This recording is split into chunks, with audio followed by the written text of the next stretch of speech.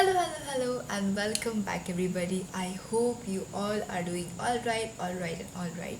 So, today I am back with another book, and that is Practical Work in Geography for Class 12. आज हम chapter 1 से start करेंगे, which is data, it's source and compilation.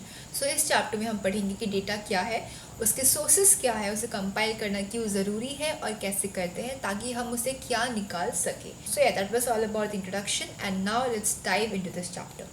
So the very first thing and the very first word right here is data. Obviously वही पढ़ना है. तो data is basically, यहाँ पे मैंने आपके लिए दिया है एक pointers. Data is raw figure, facts, observation और anything regarding it. यानी कि कोई भी अगर आपके पास चीज़ हो, जैसे कि नंबर्स हो गए, ऑब्जर्वेशन हो गए या फिगर्स हो गए, जब वो रॉ हो यानी कि उनको प्रोसेस ना किया जाए, यानी कि उनके साथ कोई छेड़छाड़ ना की जाए, वो एकदम रियल हो, जैसे जैसे उनको कलेक्ट किया गया था और वैसे ही अगर वो रॉ फॉर्म में रहे, then that is known as data. The one thing you should note here is कि हमारी जो NCERT है, the NCERT which we are following here is a bit biased. क्यों? क्योंकि यहाँ पे डेटा को बस क्वान्टिटेटिव बताया गया है कि data is quantitative only. But the thing is, data can be both qualitative as well as quantitative, which I have written right here. अब यहाँ पे बायस्ड क्यों है? इस बिकॉज जब हम डेटा को इन जोग्राफिकल पर्सपेक्टिव पढ़ते हैं, then we need to do its compilation and no central tendencies and जो अदर जो स्टैटिस्टिकल वेज है वो हमें परफॉर्म करना होता है. तो उस टाइम पे जो है क्वालिटी के साथ हम नहीं कर पाते. That can only be done with the figures which is the quantity. तो उसकी वजह से यहाँ पे क्वान्टिटी के उस साइड पर ज़्यादा फोकस किया गया है. But I want you guys to know कि data can be both qualitative as well as quantitative. This was the very first clarification I wanted to make, and now we are ready to move further. So हम आगे बढ़ते हैं. तो यहाँ पे data क्या है? Data are the raw figures, facts और इधर observations which you have and that are raw, यानी कि वो प्रोसेस नहीं होनी चाहिए. प्रोसेस यानी कि उनके साथ छेड़छाड़ ना हो और वो रियल रहे.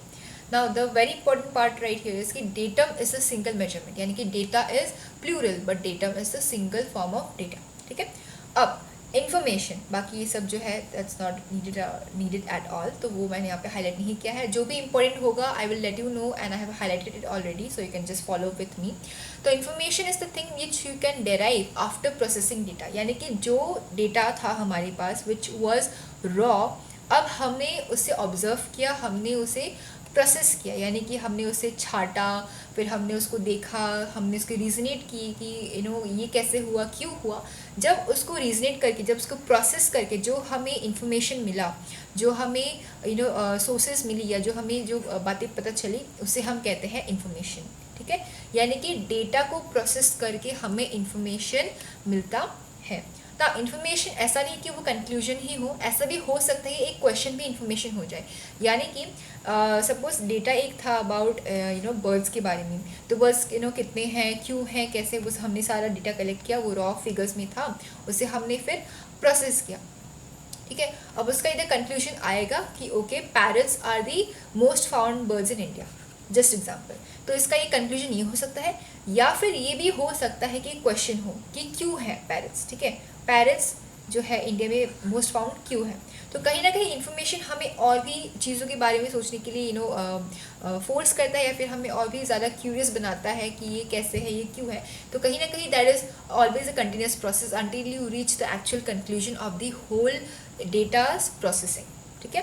तो डेटा को प्रोसेस किया, इन्फॉर्मेशन आया, वो इन्फॉर्मेशन कंक्लूजन भी हो सकता है या फिर किसी और कंक्लूजन तक हमें लेके भी जा सकता है. Alright. So now let's move further and the next thing is need of data. यानी कि जो भी हम इतना ज़्यादा कोशिश या जो मेहनत कर रहे हैं कि डेटा क्या है, क्यों है, हम नंबर्स के साथ खेल रहे हैं, ये करें, वो करें, वो क्यों करना है, इसकी नीड क्या है, वाई इज़ इट इम्पॉर्टेंट. तो इसके 3 मेजर कारण आप कह सकते हो. So the very first is distribution, second is inter relation and the third is geoanalysis. Now इसके अलावा भी हो सकते हैं, बट जो बुक में ये 3 मेजर है, तो so I will explain these 3 only. तो डिस्ट्रीब्यूशन यानी कि अगर जो हमारा अर्थ है, for example this is the map of earth, just ये देख लो, आप समझ लेना प्लीज़. तो ये जो है हमारी जो लैंड है वहाँ पे जो भी डिस्ट्रीब्यूशन है, सपोज रिसोर्सेज हो गई या एनिमल्स हो गए, प्लांट्स हो गए, उनका जो है डिस्ट्रीब्यूशन कैसे है, why is it so, how is it so, is it changing, is it not changing. तो उन सब जो चीज़ों को पढ़ने के लिए, उन सब को स्टडी करने के लिए वी नीड द डेटा कि कितने फॉरेस्ट है, कहाँ पे है, what is the percentage of that forest, what is the percentage of that animal और the people living in there और द पॉपुलेशन। तो वो सारी डिस्ट्रीब्यूशन हमें डेटा के प्रोसेसिंग के साथ, डेटा के कलेक्शन के साथ ही पता चलती है। नाउ इंटर रिलेशन यानी कि जो डेटा हमने कलेक्ट किया उससे हमें और भी चीज़ों के बारे में रिलेशन पता चलती है। जैसे कि जहाँ पे अगर आप देखोगे, जहाँ पे ज़्यादातर रिसोर्सेज जैसे कि पानी का जो फ्लो होगा, जहाँ पे रिवर्स होंगी, उसी के इर्द गिर्द आपके एग्रीकल्चर लैंड्स भी होंगे। तो कहीं ना कहीं जहाँ पे डेटा हम कलेक्ट करेंगे कि water is found mostly in this region, कि यहाँ पे 40% water is found in Dholakpur, तो ढोलकपुर के इर्द गिर्द ही फिर आपको जो है एग्रीकल्चर देखने को मिलेगा, क्योंकि वहाँ पे एग्रीकल्चर भी हाई होगा, almost like 50% of agriculture of the whole region. तो यहाँ पे there is a relation, there is a inter relation कि ओके जहाँ पे पानी होगा वहीं पे खेती होगी, ठीक है।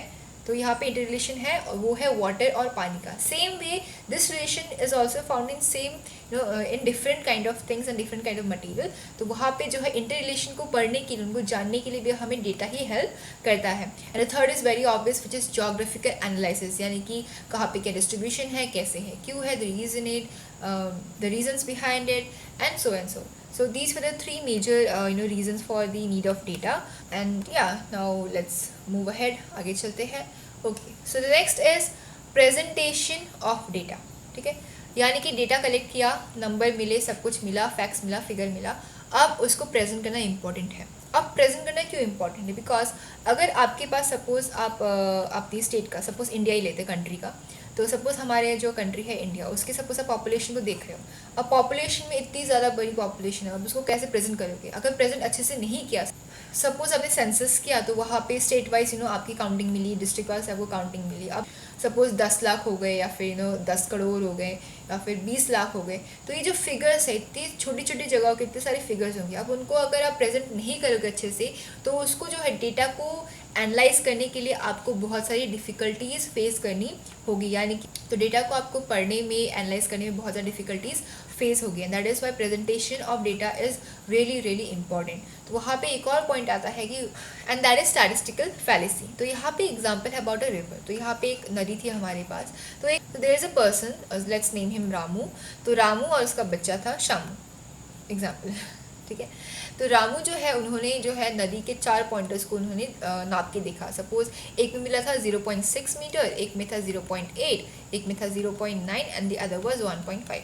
अब इनका जो है, इन 4 जो मेजर्स है उनका उन्होंने क्या निकाला, एवरेज, कि उनकी जो है एवरेज डेप्थ उस रिवर की कितनी होगी।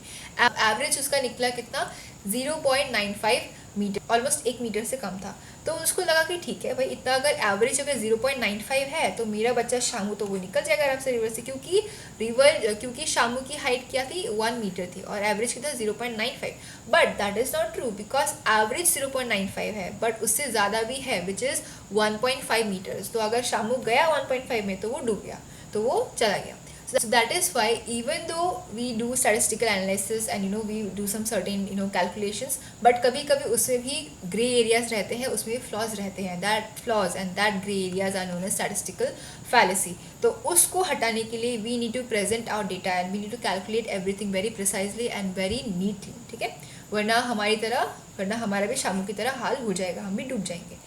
तो उसके बाद आता है स्टैटिस्टिकल मेथड्स, यानी कि आप उसे कैसे मेजर करोगे। तो उसमें हम पढ़ेंगे वो चैप्टर 2 में, बट आपको बस ये टर्म याद रखना है कि स्टैटिस्टिकल मेथड्स के द्वारा आप प्रेजेंटेशन कर सकते हो, ठीक है। Now very important point right here is की shift from qualitative description to quantitative analysis. It means कि इसका मतलब ये है कि जब हम क्वालिटी की बात करें, ठीक है, तो वहाँ पे प्रेजेंटेशन करना in statistical methods is really tough, क्योंकि क्वालिटी में आप कैसे डिफाइन करोगे, वेरी गुड, बेस्ट, वर्स्ट, तो वो सारी टर्मिनोलॉजीज हैं, बट उसमें आप फिगर्स का यूज़ नहीं कर सकते। इट इज़ वेरी सब्जेक्टिव, यानी कि वो पर्सन टू पर्सन बहुत ज़्यादा वैरी कर सकती हैं। बट क्वांटिटी में ऐसा नहीं है, क्योंकि क्वांटिटी इज़ ऑलवेज जस्ट 1। क्योंकि अगर 10 मोमोज है सपोज, ठीक है, 10 मोमोज के पीसेज है मेरे पास, तो अगर वो 10 है तो वो मेरे लिए 10 है, मेरे फ्रेंड के लिए 10 है और हर एक इंसान के लिए 10 है। वो ये नहीं कह सकता कि नहीं 10 नहीं है तो 8 है मेरे लिए, ऐसा नहीं होता, क्योंकि वो 10 तो 10 ही है, बट क्वालिटी में वो डिफर करता है। मेरे लिए अच्छा हो सकता है, आपके लिए अच्छा नहीं हो सकता। That is why quality is very much subjective but quantity is objective. वो एक ही है, and that is why it makes it even more easier for us to classify and present our data in the quantitative basis. तो इसी वजह से quality से अभी हम कहाँ पे शिफ्ट हो रहे हैं, क्वांटिटी की तरफ शिफ्ट हो रहे हैं। ठीक है, सो अब हम चलते हैं आगे, एंड आगे है सोर्सेस ऑफ डेटा, यानी कि जो भी हम डेटा ले रहे हैं अभी तक, ये वो फैक्ट्स फिगर्स, वो कहाँ से आते हैं, उसके सोर्सेज, उसका ओरिजिन क्या है। तो वहाँ पे दो मेजर सोर्सेज हैं, and they are primary sources and the other is secondary source. यानी कि प्राइमरी जो पहला, सेकेंडरी जो दूसरा।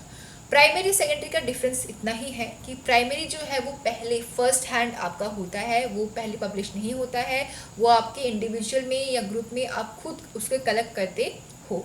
एंड सेकेंडरी में क्या होता है, वो सेकेंड हैंड, यानी कि पहले वो यूज़ हो भी सकता है, नहीं भी हो सकता है, वो पब्लिश हो भी सकता है, नहीं भी हो सकता है, बट वो आपका नहीं है, वो किसी दूसरे से लिया गया है या फिर किसी दूसरे साइट से आपने उसे कलेक्ट करके अपने लिए अपने हिसाब से उसे यूज़ किया है। ठीक है, तो प्राइमरी आप खुद कलेक्ट करते हो, secondary is by some other source और second hand uses of the resources. तो अभी उसके जो है यहाँ पे नीचे ही चलते हैं, वहाँ पे अच्छे से एक चार्ट है, वहाँ पे समझ आएगा। तो मेथड ऑफ डेटा कलेक्शन के जो सोर्सेस हैं, first is very one primary, another one is secondary. अब उसके भी पार्ट्स हैं। तो प्राइमरी के जो है ये आपके पास 4 पार्ट्स हैं। ठीक है, सेकेंडरी के फिर 2 सब पार्ट्स हैं, एक है पब्लिश्ड, एक है अनपब्लिश्ड। तो वन बाय वन हम समझेंगे। तो very first is personal observation primary data. तो पर्सनल यानी कि आप खुद जाके, सपोज मुझे मेरे कंट्री का जो है इंडिया का, अगर मुझे एग्रीकल्चर के बारे में जानना हो, ठीक है, एग्रो के बारे में मुझे जानना हो, तो जब मैं एक खेती के फील्ड में, एक एग्रो फील्ड में खुद जाके वहाँ की कितनी खेती है, कितनी कमाई है, कितना इनपुट है, कितना आउटपुट, जब मैं उसको जाके वहाँ पे खुद ऑब्जर्व करूँगी, then that is known as my personal observation. कि मैं खुद जाके वहाँ पे स्टडी करूँगी कि भाई कैसा चल रहा है, कितनी खेती है, कितनी नहीं है, एंड सो। ठीक है, तो यहाँ पे 3 मेजर चीज़ें बहुत ज़्यादा इंपॉर्टेंट है जब भी आप पर्सनल ऑब्जर्वेशन करोगे। फर्स्ट इज़ थ्योरेटिकल नॉलेज होना बहुत ज़्यादा ज़रूरी है। सपोज मैं गई वहाँ पे, बट मुझे अगर नॉलेज है ही नहीं कि खेती कैसे की जाती है, क्यों की जाती है, कौन सी क्रॉप है, तो मैं क्या ही उसमें फिर इनपुट्स डालूंगी मेरी रिसर्च में, राइट। कि मैं क्या ही उसमें फिगर्स डालूँगी, या फिर क्या मैं इन्फॉर्मेशन फुल करूँ उसमें, फिर क्या उसमें फिगर या फैक्ट्स डालूँ कि okay like this is this thing and that is that thing, क्योंकि मुझे उसके बारे में पता ही नहीं है। तो आप जिस भी चीज़ के बारे में आप रिसर्च करते हो, जिस भी चीज़ के बारे में डेटा कलेक्ट करते हो, आपको उसके बारे में नॉलेज होना बहुत ज़्यादा ज़रूरी है। That is Y knowledge is important. ठीक है, सेकेंड इंपॉर्टेंट पॉइंट इज की साइंटिफिक एटीट्यूड, यानी कि scientific attitude is basically which is supported by the science. यानी कि सपोज मैं गई इस फील्ड में, यहाँ पे कॉटन बहुत ज़्यादा थी, ठीक है, तो कॉटन के लिए जैसे हमें पता है कि cotton is the best grown crop in the black soil. तो ब्लैक सॉइल में क्यों है, क्योंकि उसकी जो न्यूट्रिएंट्स है, जो भी सुटेबिलिटी है, वो कॉटन के लिए बेस्ट है। That is why black soil is the best for cotton, इसलिए कॉटन वहाँ पे ज़्यादा है। तो यहाँ पे कहीं ना कहीं रीज़न है, लॉजिक है, तो वो साइंस की तरफ ज़्यादा बायस है, उसके साइंटिफिक एटीट्यूड है, तो वो होना बहुत ज़्यादा ज़रूरी है। ऐसा नहीं कि ब्लैक कलर का है इसलिए कॉटन है, नहीं, that is not scientific attitude at all, that is totally wrong. And we must have the scientific attitude. And the last one is unbiased evaluation, very important. इसमें बहुत सारे लोग फेल हो जाते हैं, but the thing is unbiased which is कि suppose मैं गई वहाँ पे और मुझे लगा मेरे जो है, सपोज वो खेत जो है वो मेरे मामा का था, ठीक है, माई मामा ओन्स दैट फील्ड। तो उन्होंने कहा कि मेरी खेती अच्छी होती है, अच्छा ही लिखो। तो मैंने भी सोचा कि ठीक है, मेरे मामा का फील्ड है, मैं अच्छा ही लिखूंगी। तो मैंने इवन तो वहाँ पे कॉटन है ही नहीं, इवन तो वहाँ पे कोई खेती होती नहीं, अगर मैंने डाल दिया कि ये अच्छा है, ये उतना है, बहुत ज़्यादा खेती होती है, वेरी रिच, वेरी एफ्लुएंट, तो वो कहीं ना कहीं बायस्ड है, that is totally wrong, that is totally scandalous.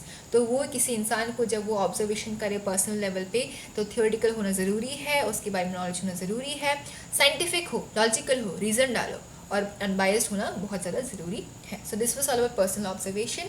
Now the next is interview. बहुत कॉमन है, यानी कि आप नहीं, मैं चलती हूँ। तो सपोज मैं फिर से रिसर्च कर रही हूँ, अब मैं करूँगी रिसर्च टेक्सटाइल, ठीक है, टेक्सटाइल में मैं जूट के बारे में। तो जूट में जो है, अब मैं वहाँ पे जाके देखना चाहती हूँ किसी एक एरिया में कि जूट कैसा होता है। तो मैं गई एक जूट की फैक्ट्री में, तो वहाँ पे एक भाई साहब थे, let's name the person Ramu again क्योंकि और नाम आ ही नहीं रहा मेरे दिमाग में। तो रामू के पास में गई और मैंने रामू से पूछा कि भाई तुम बताओ कि जूट की खेती कैसी है, या फिर जूट कैसे उगता है, कितना पैसा है, कितना इनपुट है, कितना आउटपुट है। तो जब मैं जाके रामू का इंटरव्यू लेके पूछूं कि कैसे क्या है मुझे समझाओ, तब वो होता है इंटरव्यू। यानी कि जो सर्वेयर है वो जाके रिस्पोंडेंट से पूछता है सर्टेन क्वेश्चंस, उसके बारे में उस फील्ड के बारे में, उस पर्टिकुलर टॉपिक के बारे में उससे जानना चाहता है, और वहाँ से इंफॉर्मेशन गैदर या कलेक्ट करता है। अब इसमें कुछ है पॉइंटर्स, एथिकल पॉइंटर्स। एथिकल यानी कि जो सही है, जो बिहेवियरल, जो एटीट्यूड्स है, जो एट्रीब्यूट्स है, वो यहाँ पे 8 पॉइंटर्स यहाँ पे दिए गए हैं, वेरी बेसिक। यानी कि जब मैं जाऊँ तो मैं रामू का रिस्पेक्ट करूँ, उससे अच्छे से बात करूँ, उसे कंफर्टेबल कराऊँ, उससे कोई इररिलेवेंट क्वेश्चन ना करूँ, या फिर उसको कोई बुरा लगने की बात ना करूँ, और ख़त्म होने के बाद उसे मैं थैंक यू कहूँ। So these are the very basic good habits जो हम कहते हैं। तो वो हमें अपने जो इंटरव्यू करने वाले पर्सन के साथ है उससे हमें करना चाहिए। तो अगर आप इसे एक बार पढ़ लोगे तो याद रह जाएगा, बाकी उतना कुछ रॉकेट साइंस नहीं है यहाँ पे। तो हम आगे बढ़ते हैं, ठीक है। Next is fourth thing is questionnaire and schedule, very important. तो यहाँ पे क्या है, क्वेश्चनर एंड शेड्यूल, जो डिफरेंस 3 है वो यहाँ पे मैंने दे दिए हैं। क्वेश्चनर वो होता है, सपोज एक फॉर्म है, तो यहाँ पे क्वेश्चन, नाम, पता, फिर ये मोबाइल नंबर, क्या करते हो, what is your address, all that stuff. तो ये जब भी जो ये क्वेश्चन का जो एक फॉर्म है, जो भी क्वेश्चन का जो फॉर्म है, जब एक इंसान खुद भरता है, सपोज मेरे जो रिसर्च में है, मैंने ये फॉर्म दिया था, मैंने ट्विंकल को दिया, ठीक है, ट्विंकल को मैंने फॉर्म दिया, और ट्विंकल जब ये फॉर्म खुद भरेगी, then that is known as questionnaire, ठीक है। तो जो रिस्पॉन्डेंट यानी कि जो रिस्पॉन्ड करता है, जो आंसर करता है, जब वो खुद भरेगा उस फॉर्म को, then that is known as questionnaire. अब ये डिस्टेंट है, यानी कि मैं इस क्वेश्चनर को दूसरे डिस्टेंट एरिया को भी पहुंचा सकती हूँ। मैं इसे फॉरवर्ड कर सकती हूँ, व्हाट्सएप कर सकती हूँ, या फिर किसी लिंक से किसी के पास भेज सकती हूँ, distant very far away places. तो ये डिस्टेंट रूट के लिए, डिस्टेंट मेथड के लिए भी अच्छा है।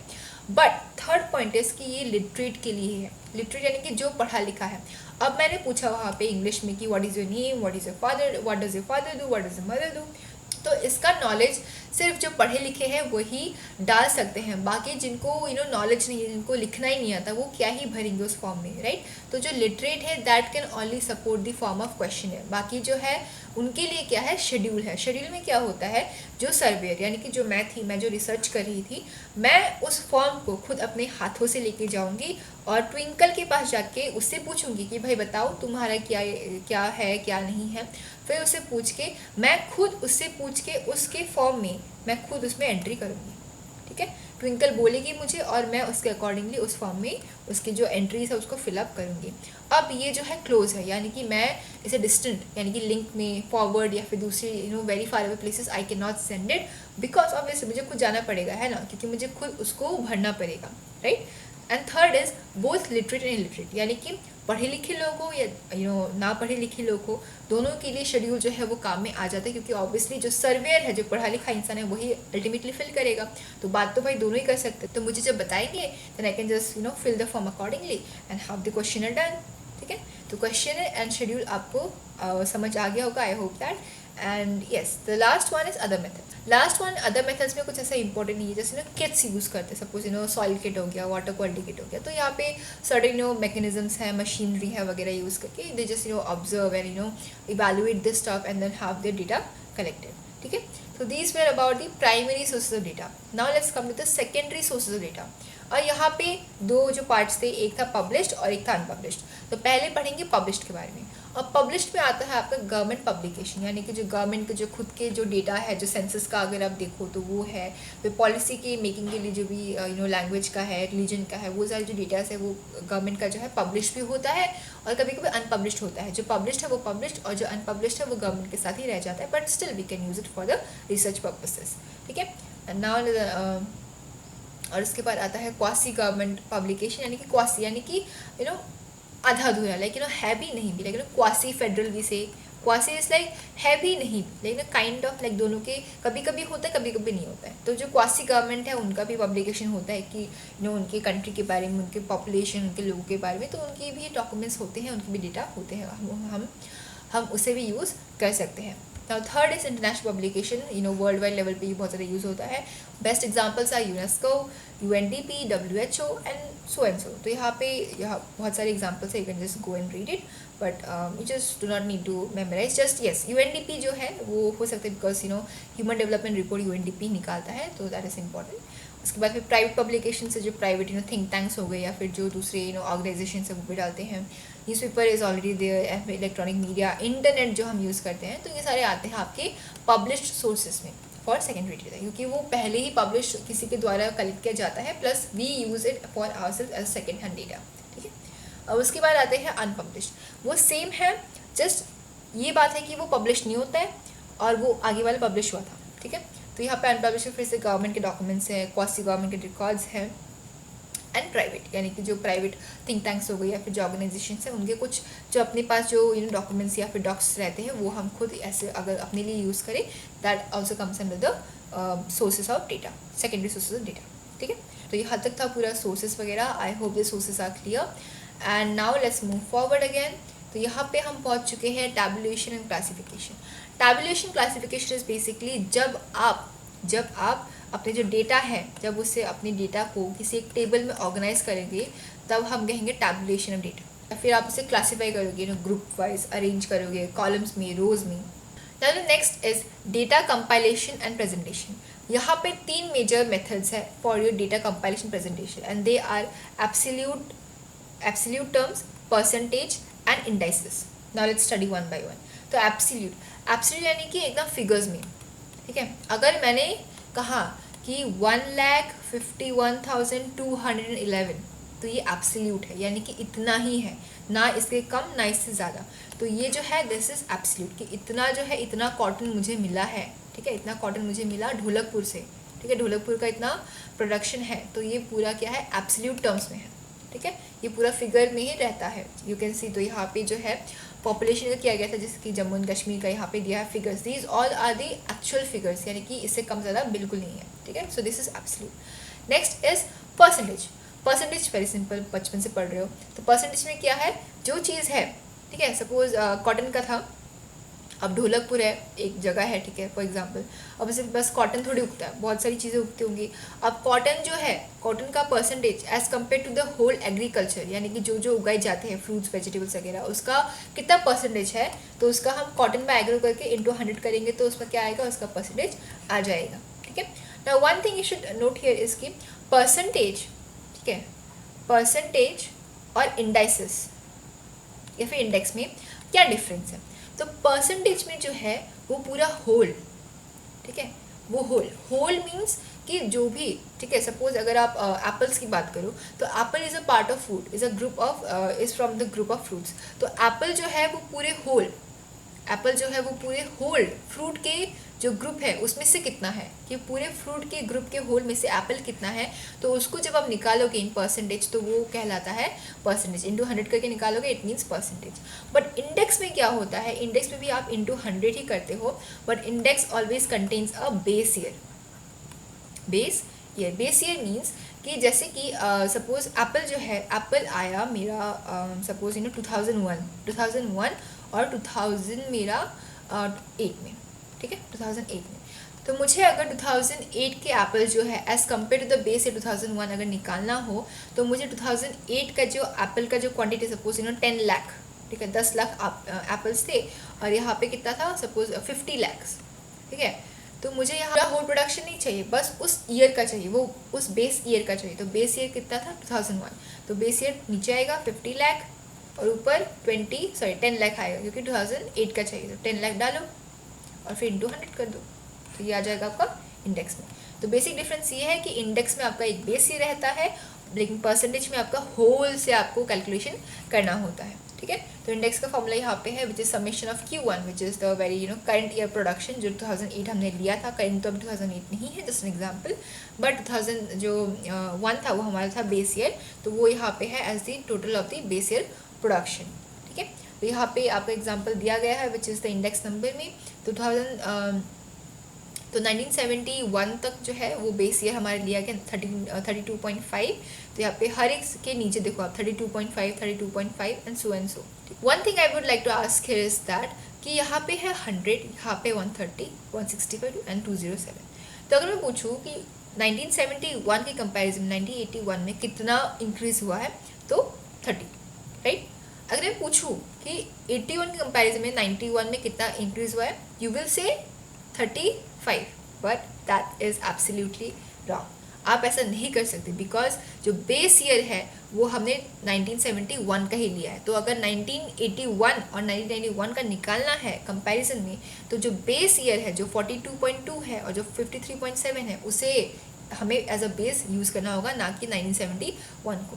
तो ये जो सारी 100, 30, फिर यहाँ पे 65 आएगा, फिर यहाँ पे ऑलमोस्ट कितना आएगा two. These are not as per these years, यानी कि इन दोनों के बीच का या फिर इन दोनों के बीच का नहीं, ये इस बेस ईयर के बीच में है। अगर आपको इसका निकालना है तो इसका बेस ईयर ये होगा, अगर इसका है तो इसका बेस ईयर ये आपको लेना पड़ेगा। That thing in your mind, ताकि आप आगे चल के मिस्टेक ना करें। Now moving forward, the next is processing of data, यानी कि हमने सब कुछ किया, कंपाइलेशन किया, ग्रुपिंग किया, टैबुलेशन किया, अब हम उसे प्रोसेस करेंगे ताकि हमें इन्फॉर्मेशन मिले। तो प्रोसेस कैसे करते हैं, नाउ लेट्स स्टडी। तो ओके, फर्स्ट आएगा आपको ग्रुपिंग ऑफ डेटा। अब यहाँ पे आपके पास है डेटा, ठीक है, यहाँ पे ग्रुप नहीं है। यहाँ पे देखो ये रैंडम नंबर्स 47, 02, 39, 64, तो इनको ग्रुप करना इंपॉर्टेंट है, वरना आप इतने ज़्यादा स्कैटर्ड मैनर में कितना आप पढ़ोगे, है ना, कितना आप करोगे। तो उसके लिए सबसे जो बेसिक चीज़ है वो आप करते हो कि सबसे लीस्ट अमाउंट विच इज़ 0.2, और हाईएस्ट कितना है यहाँ पे, ऑलमोस्ट हाईएस्ट है यहाँ पे almost 96 if I am not wrong. तो बेसिकली आपको जो हाईएस्ट और जो लीस्ट रेंज होता है, जो हाईएस्ट और जो लीस्ट नंबर होता है, उसके अकॉर्डिंगली आप जान सकते हो कि ओके लाइक 0.2 से अगर 96 तक है तो almost I can do from 0 to 100, right. तो यहाँ पे हम इसको 10 में डिवाइड करेंगे, जैसे कि 0 to 10, 10 to 20 and so 20 to 30 and so on, ठीक है। ऐसे करने के बाद फिर हम ये करना होगा प्रोसेस ऑफ क्लासिफिकेशन, यानी कि हम उनकी फ्रीक्वेंसी निकालेंगे। अब उसे निकालने का एक मेथड यहाँ पे दिया गया है, वो है 4 and cross method, which is basically your tally marks. तो यहाँ पे 1, 2, 3, 4 एंड क्रॉस। तो अगर 4 है तो बस 1, 2, 3, 4, और अगर 5 है तो क्रॉस, ठीक है। तो ये बहुत बेसिक है, बचपन में किया होगा तो मैं ज़्यादा समझाऊंगी नहीं। तो यहाँ पे जब हमने कर दिया, यहाँ पे क्रॉसिंग की है, तो ये 4, 5, 9, 10 जो भी है इनको लिखने के बाद जो हमारे पास जो फ्रीक्वेंसी है वो यहाँ पे निकली है 10 फ्रीक्वेंसी, 8, 6, 5, 4, और टोटल जो थे जो बच्चों का नंबर था वो कितना था, 60 था। अब ये समेशन ऑफ एफ, यानी कि हर एक फ्रीक्वेंसी इनको मिला के टोटल जो बच्चे थे उनका ही आएगा, राइट। 60 थे तो उनका ही आए, तो 60, या फिर जो समेशन ऑफ एफ है उसको हम एन भी लिख सकते हैं, ठीक है। अब फ्रीक्वेंसी डिस्ट्रीब्यूशन के दो मेथड्स, यानी कि अब जो फ्रीक्वेंसी आई है, जो 60 का जो था उसका जो डिस्ट्रीब्यूशन था लाइक 5, 4, 10, अब उसे डिस्ट्रीब्यूट करने के दो मेथड्स है। First is simple and the next is cumulative. Simple is basically जो पहले ऊपर लिखा था, ठीक है, यही वाला चीज़ है, यानी कि 4, 5, 5, 6, 7, that is only known as simple frequency, यानी कि जैसा है वैसा ही है। But cumulative is basically where you add successive, यानी कि यहाँ पे जब पढ़ोगे तो यहाँ पे मिलेगा कि 0 to 10, तो यहाँ पे 10 से लेकिन 10 तक तो नहीं बोलेंगे, 10 से नीचे तक कितना है, 4 लोगों का है, फिर 10 से 20 तक 5 लोगों का है। बट क्यूमुलेटिव में क्या होता है, आप जो सक्सेसिव है, सपोज यहाँ पे 4 था, 4 ही रहेगा, बट 4 + 5 करके 9, यानी कि तो इससे क्या होगा, मुझे ये पता चलेगा कि जो 14 बच्चे हैं, 14 बच्चे जो है 30 से नीचे जो है 14 बच्चों ने स्कोर लाइक 29 तक स्कोर 14 बच्चों ने किया है आउट ऑफ 60, ठीक है। तो क्यूमुलेटिव का मेन एजेंडा यही है कि ये जो है कंपैरेटिव, जो होल जो है पूरे के बेसिस पे कंपैरेटिवली आपको बताने के लिए कोशिश करता है, ठीक है। Comparatively it tells you about the frequency of the people, ठीक है। अब इसके भी दो मेथड्स हैं, एक्सक्लूसिव और inclusive. This thing is very important, क्योंकि मुझे भी इसमें बहुत ज़्यादा कन्फ्यूजन हो जाती थी, बट अभी नहीं है। तो यहाँ पे जो ग्रुप है, तो अगर मैं कहूँ 0 to 10, ठीक है, तो अगर मैं आपको नंबर दूँ, ठीक है, 1, 6, 9, 10, इनको आप कैसे अरेंज करोगे। सपोज 0 to 10 है, फिर 10 to 20 भी है एंड सो ऑन। तो 1 तो ऑब्वियसली इसके बीच में, 6 भी इसके बीच में, 9 भी इसके बीच में, 10 भी नहीं जाएगा, ठीक है। 10 यहाँ पे नहीं जाएगा बिकॉज यहाँ का जो मेन फंडा है दैट इज़ कि ये एक्सक्लूसिव है, यानी कि यहाँ पे एक्सक्लूड किया है, क्योंकि यहाँ पे 0 से अंडर 10 यानी कि जो 10 है वो यहाँ पे आएगा, ना कि इस वाले में। क्यों है ऐसा, इसमें बताती हूँ। क्योंकि यहाँ पे जो है 0 है और जो 10 है, जो 0 है और जो 10 है, यहाँ पे it is denoted as 0 under 0 and under 10, यानी कि 9 तक। इसका एक्चुअल मीन ये होगा कि 0 से 9 तक के जो नंबर है वही बस इसके अंदर आएंगे, और 10 जो है वो आएगा 10, यहाँ पे लिखते हैं 10 एंड अंडर 20, ठीक है, अंडर 20। तो यहाँ पे आप देख सकते हैं कि जो अपर जो लिमिट है, जो 20 जो अपर लिमिट है, उसको उसी के ग्रुप में नहीं बल्कि उसके नेक्स्ट ग्रुप में उसको ऐड किया जाता है। तो जहाँ पे जो अपर लिमिट है, the group where the upper limit is excluded from its group is known as exclusive method, ठीक है। तो यहाँ पे जो अपर लिमिट है वो उसके अंदर नहीं बल्कि उसके नेक्स्ट ग्रुप में आता है। और जो नेक्स्ट है दैट इज इंक्लूसिव, यानी कि वहाँ पे उसका उल्टा, यानी कि अगर 0 to 9 अगर मैं बोल रही हूँ तो उसमें क्या आएगा 0 से 9, यानी कि अगर मैं लिखूँ, नीचे लेते हैं, अगर मैं लिखूँ 0 फिर 2 फिर 5 और 9, तो यहाँ पे 0 भी आएगा, 2 भी आएगा, 5 भी आएगा और 9 भी आएगा, क्योंकि यहाँ पे हमने 9 तक किया है, 10 तक नहीं। तो यहाँ पे 0 और 9 यानी कि अपर और लोअर लिमिट दोनों के जो रेंज है दोनों का ही हम यहाँ पे इंक्लूड करते हैं। तो that is known as inclusive series, ठीक है। तो यहाँ पे आप देख सकते हो, यहाँ पे जो एक्सक्लूसिव है that is known as 0 and under 10, 20 and 30 and so on, ठीक है। अब जो इंक्लूसिव है यहाँ पे दिया गया है, जैसे कि 0 to 9 तो 4 है। अब वो सेम कैसे रहा, क्योंकि जो पहले आप देखोगे, ठीक है, एक्सक्लूसिव में तो 0 to 10 था, तो 10 मतलब 9 तक, तो 4 थे। अगर मैं इंक्लूसिव में लिखूँ तो सेम होगा, राइट, क्योंकि 0 to 9 होगा तो भी 4 होगा, क्योंकि इंक्लूसिव, क्योंकि 9 तक है तो I can include 4 as well, ठीक है। तो यहाँ पे इंक्लूसिव तक था, आपने लिखा, यहाँ पे सिंपल में है, यहाँ पे सिंपल में है एंड यहाँ पे क्यूमुलेटिव फ्रीक्वेंसी में है। अब इसी का जब हम पॉलीगॉन या फिर जो लाइन ग्राफ बनाएंगे तो उससे हम अभी देखने के लिए जा रहे हैं। So first is frequency polygon, and ये यूज़ होता है सिंपल फ्रीक्वेंसी के लिए, it is use for simple frequency. तो जो पहला वाला जो था, जो एक्सक्लूसिव में था, एक्सक्लूसिव मेथड में, that is 0 to 9 and then फिर 10 to 20, 0 to 10 and then 10 to 20, 30 and 40, 40 and 50। तो उस टाइम पे जितने भी हमारे जो सिंपल फ्रीक्वेंसी थे, जो नॉन एडिशनल वन थे, उसको हमने यहाँ पे पहले तो ये बार्स बनाए, फिर इनके मिड पॉइंट्स को हमने ज्वाइन किया and then we made this polygon, ठीक है, frequency polygon. And the next is ogive. तो ओजाइव जो है वो बस होता है क्यूमुलेटिव फ्रीक्वेंसी के लिए। नाउ द रीजन इज कि ओजाइव जो कर्व है वो आपको कंपैरेटिवली आपको बताता है, जो मैंने आपको ऊपर बताया था कि कंपैरेटिव जो एनालिसिस है वो आपको क्यूमुलेटिव फ्रीक्वेंसी में ही मिलती है। एंड क्यूमुलेटिव फ्रीक्वेंसी के लिए हम क्या यूज़ करते हैं, ओजाइव। तो ओजाइव ही अल्टीमेटली आपको कंपैरेटिवली ही आपको एनालिसिस करके देता है, ठीक है। अब इसके भी दो मेथड्स हैं, ओजाइव के दो मेथड्स हैं, and they are less than and more than method. अब उसे समझते हैं, ठीक है। तो यहाँ पे नीचे आते हैं। अब लेस देन 10, यानी कि इसमें एक्सक्लूसिव और इंक्लूसिव आपको याद रखना है कि जब मैंने बोला कि 0 to 10 था, ठीक है, तो इसका हमने क्या मीन किया था कि 0 एंड अंडर 10, ठीक है। तो अल्टीमेटली यू कैन से कि अंडर 10 है मतलब लेस देन 10, क्योंकि अगर अंडर 10 है तो अल्टीमेटली 9 तक आएगा, तो वो है लेस देन 10। तो उसे ही, यानी कि सेम चीज़ है, जस्ट हमने उसके टर्म चेंज किए हैं, and that is less than 10, less than 20, 30, 40, 50, 60 and so on up to 100। अब इसमें जो CF था वो आपको जो है क्यूमुलेटिव फ्रीक्वेंसी वो आपको ऐड करके निकालनी है। तो 4, 9, 14, 21 अप टू 60। अगर आपका जो फाइनल जो टोटल है, अगर आपको नंबर ऑफ पीपल से, अगर आपका नंबर ऑफ ऑब्जर्वेशन से सेम है, then you are going the right direction. अगर ये गलत है, अगर ये कुछ और आ रहा है, then the question, then the number, then the figure which is given the question, it means कि आपको यहाँ पे एडिशन में कुछ रॉन्ग हुआ है। तो अगर आप इसे कंपेयर करो कि पहले वाला जो CF था विच वॉज हियर, तो आप देखोगे कि ये ऑलमोस्ट सेम है। इसका भी मीनिंग सेम था, क्योंकि यहाँ पे 10 to 19 है which is almost less than 20, वो कितना है 9, and same thing which is here less than 20 which is 9, ठीक है।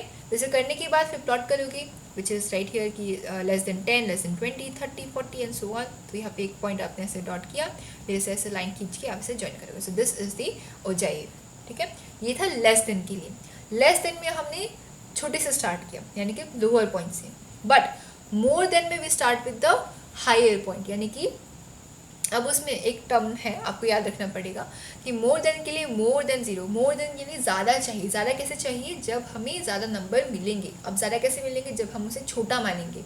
कैसे मानेंगे? क्योंकि अगर मोर देन ज़ीरो होगा तो ऑब्वियसली सबको कुछ ना कुछ तो मिला है। अगर मैं कहूँ कि मोर देन 60, मोर देन 90 अगर मैं कहूँ तो बहुत ज़्यादा कम आएगा, क्योंकि बहुत ज़्यादा कम बच्चों का मोर देन 90 आया है, which is almost like almost like 4 people, है ना। 90 का बस 4 लोगों के ही मिला है। तो हम मोर देन 90 हम पहले नहीं लेंगे, हम लेंगे more than zero, which will give you the highest number of people, which is the actual total number of people. तो वो आएगा, पहला वाला लाइन होगा मोर देन ज़ीरो, फिर 10, फिर 20, फिर 30, फिर 40, फिर 50। तो इसका कम्प्लीटली आप देखोगे तो उल्टा होगा, यानी कि यहाँ पे लेस देन था, यहाँ पे आपको मोर देन लिखना है, वो भी आपको ज़ीरो से स्टार्ट करना है अप टू 90 तक। ठीक है, तो अब करोगे तो मोर देन ज़ीरो, तो आपको अब तो अल्टीमेटली सबको सेम मिला है, विच इज़ ऑलमोस्ट 60। अब ज़ीरो तो किसी को मिला नहीं है, सबको कुछ ना कुछ तो मिला है, तो सबको मोर देन ज़ीरो ही आया है, विच मीन्स कि it will be total number of the people which is 60।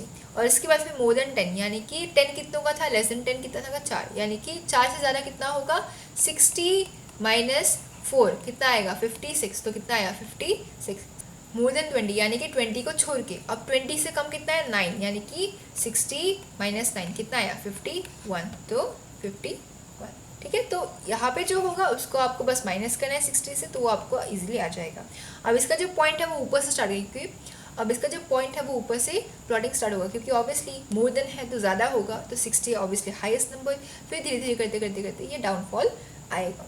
ठीक है, और यहाँ पे लास्ट में जो है इन दोनों का एक कम्बिनेशन आपको दिया गया है कि अगर हम दोनों ही ग्राफ को मिला देंगे तो कहीं ना कहीं ये ऐसा दिखेगा, और दोनों की जो CF है, जो क्यूमुलेटिव फ्रीक्वेंसी है, वो यहाँ पे दी गई है less than and more then के लिए, और जो इसका ग्राफ है कंबाइंड वो ये वाला है। ठीक है, तो okay, so exercise it means कि हम हमारे फर्स्ट चैप्टर को कर चुके हैं, which was data it's source and resources, data it's source and information. And I hope कि चीज़ें जो हैं वो आप क्लियर है। थोड़ा सा ट्रिकी लगेगा in starting, but with practice it will be fine. And yes, अगर आपको कोई डाउट्स हो then let me know in the comments, and I hope the things are clear, and I will see you in the next video. Till then, take care and bye.